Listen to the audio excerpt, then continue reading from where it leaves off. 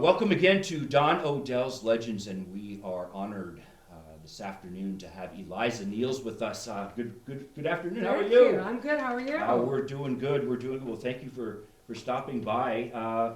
Let's start with the very beginning. Where are you from originally? Okay, the suburbs of Detroit, Okay. 5 minutes from Detroit.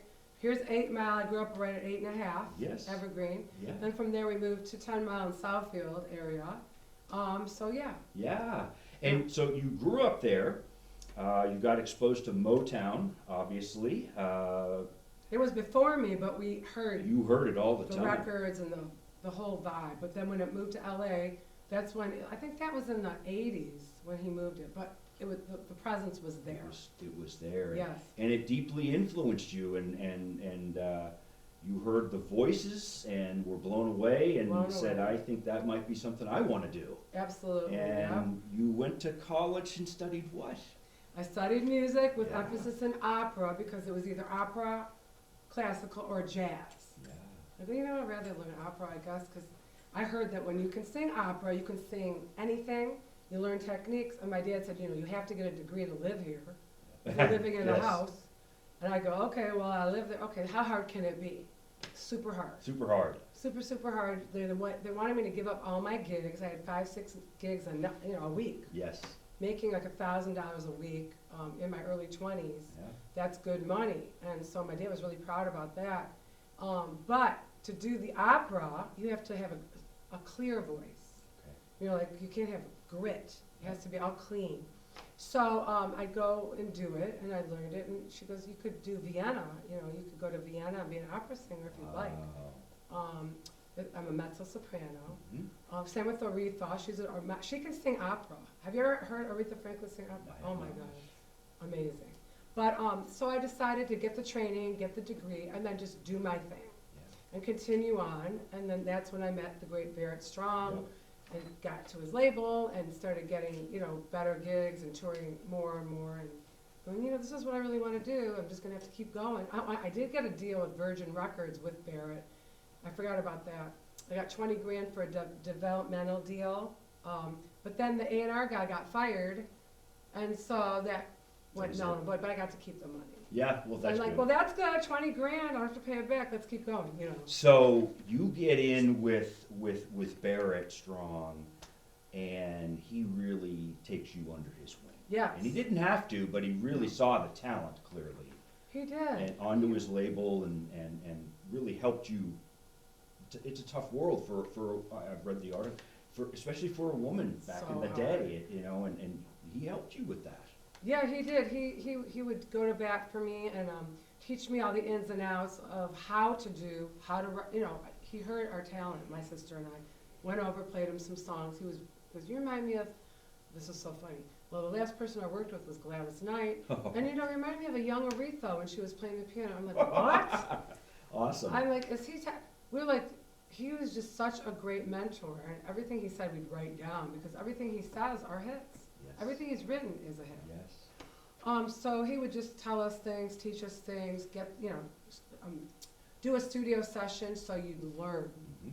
who to get, how it goes, how to, Make a band, Conduct- put yeah. a band together. who would you pick, how what to, to look for. what kind of personalities, and just how to do it, and what he did and what not to do. Mhm. Just as important. He didn't really like performing live. He was more of like a songwriter who just wrote all these hits. Yes. He did live for a while, but he found that some of the musicians wouldn't play. He was like a perfectionist almost. Yeah. They'd hit bad notes, and he'd be like, all right, I'm gone. See ya. He'd get off the stage and be Yeah. like, I'm done. Oh, that's great. Well, hopefully Left it them never all happened on the with you. stage. No, I just find the guys who care enough to learn it. You bet. You bet. And Well, they're that the- obviously turned into Yeah. a career, Yeah, and you're traveling the country, the world.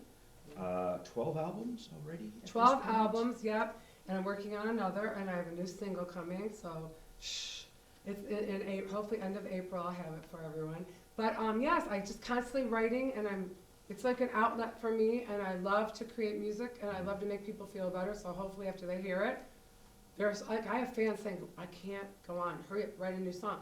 And it makes their life better, so why not? It's the best job in the world. Yeah, I love it. Being able to affect people with music. It's Yeah. it's a gift, it's got to make you feel great, keep going. Yeah, through, it's you know, hard work. It's a it labor of is. love. But It is, you know, I love how, you know, the view of musicians is, you know, planes, trains, and big stadium, but 98% of it's the van, it's the 1,000-mile rides, it's the Uh-huh. Burger King, and but it's a labor of love.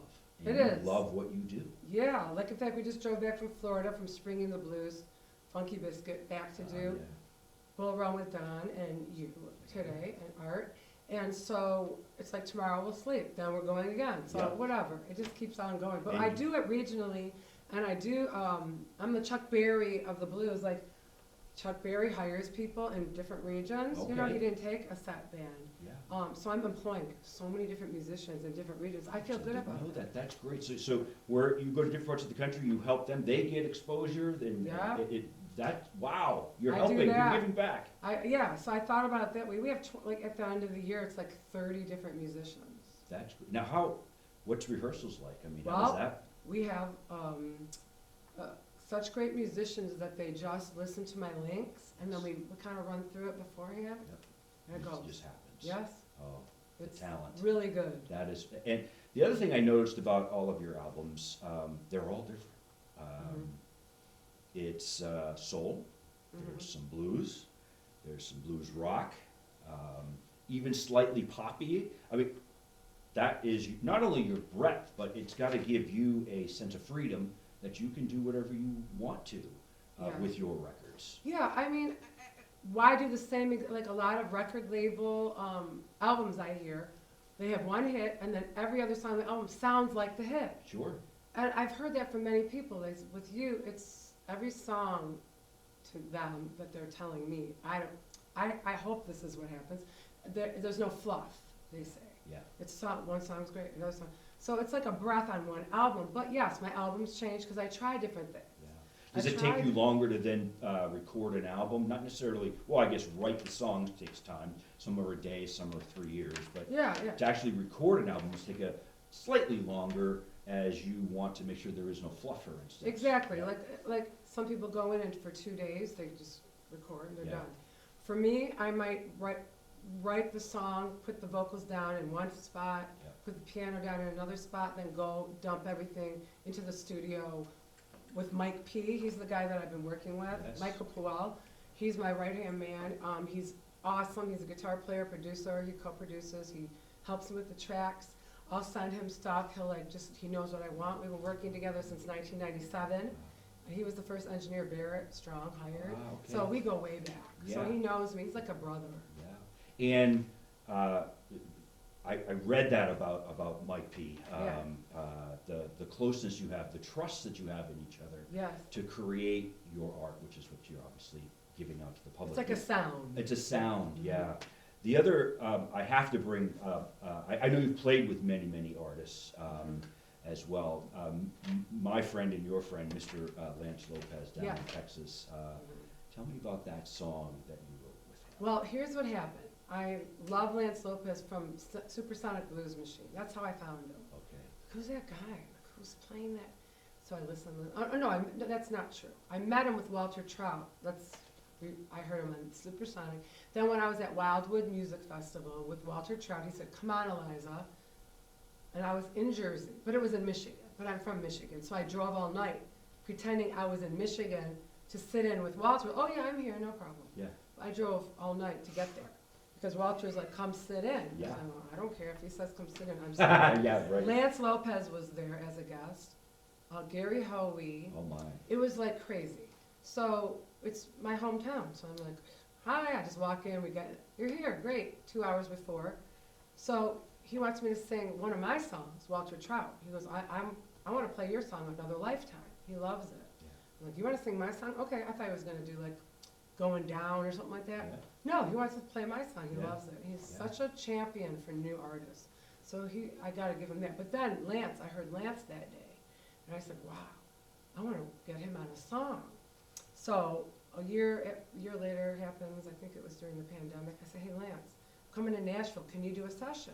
I thought he was going to blow me off because I thought he was, so famous, Supersonic Blues Machine, Billy Gibbons, all that. Of course. He's like, yeah, Eliza, I'll do it. Yep. He goes, who do you got on keys? I go, well, I'm from Detroit. I know Peter Keys from Lynyrd Skynyrd, right?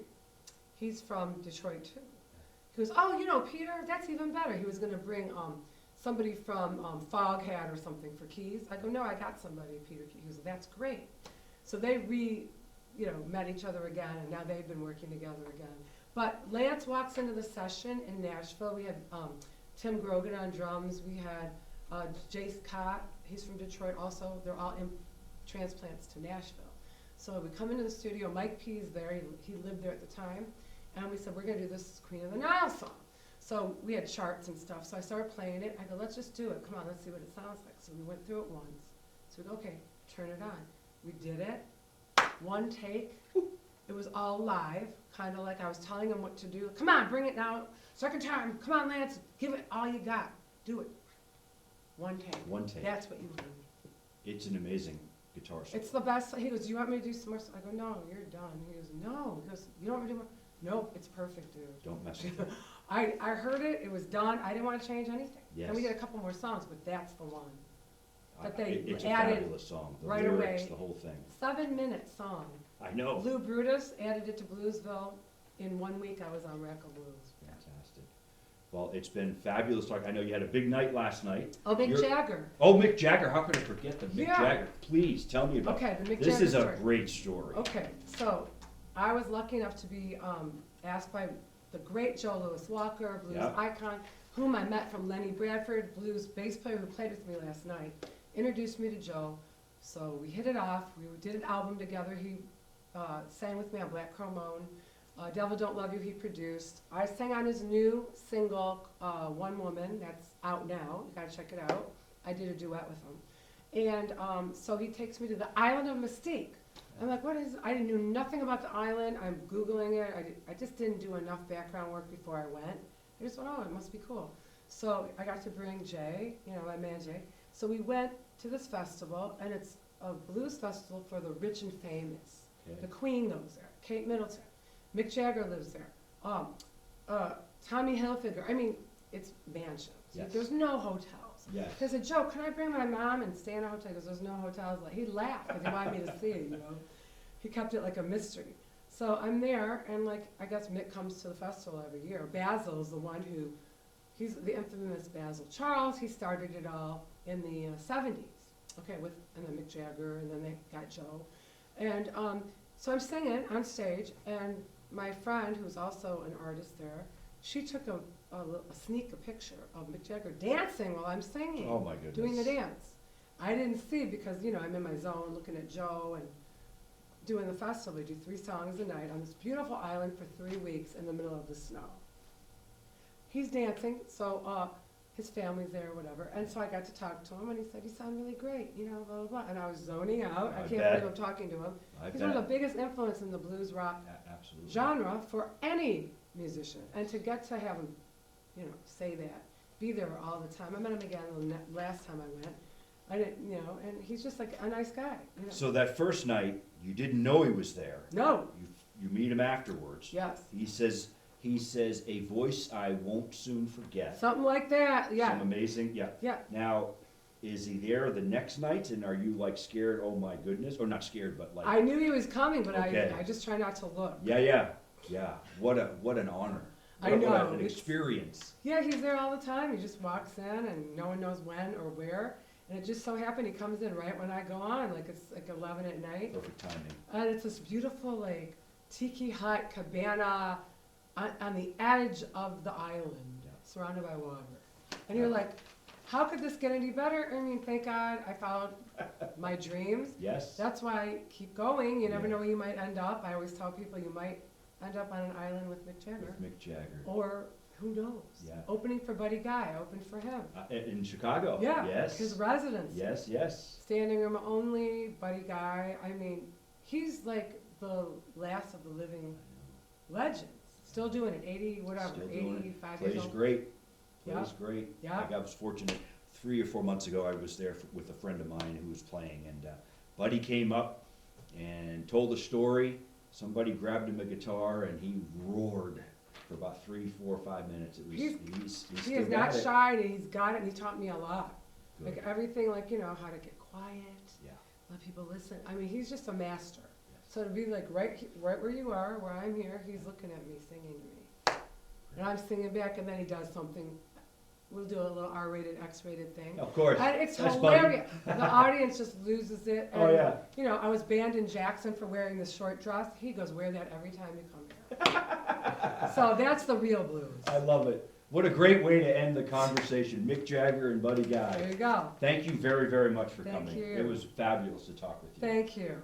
Thank you again for watching here, Don Odells Legends, and the Devil DJ will see you next time. Thank you.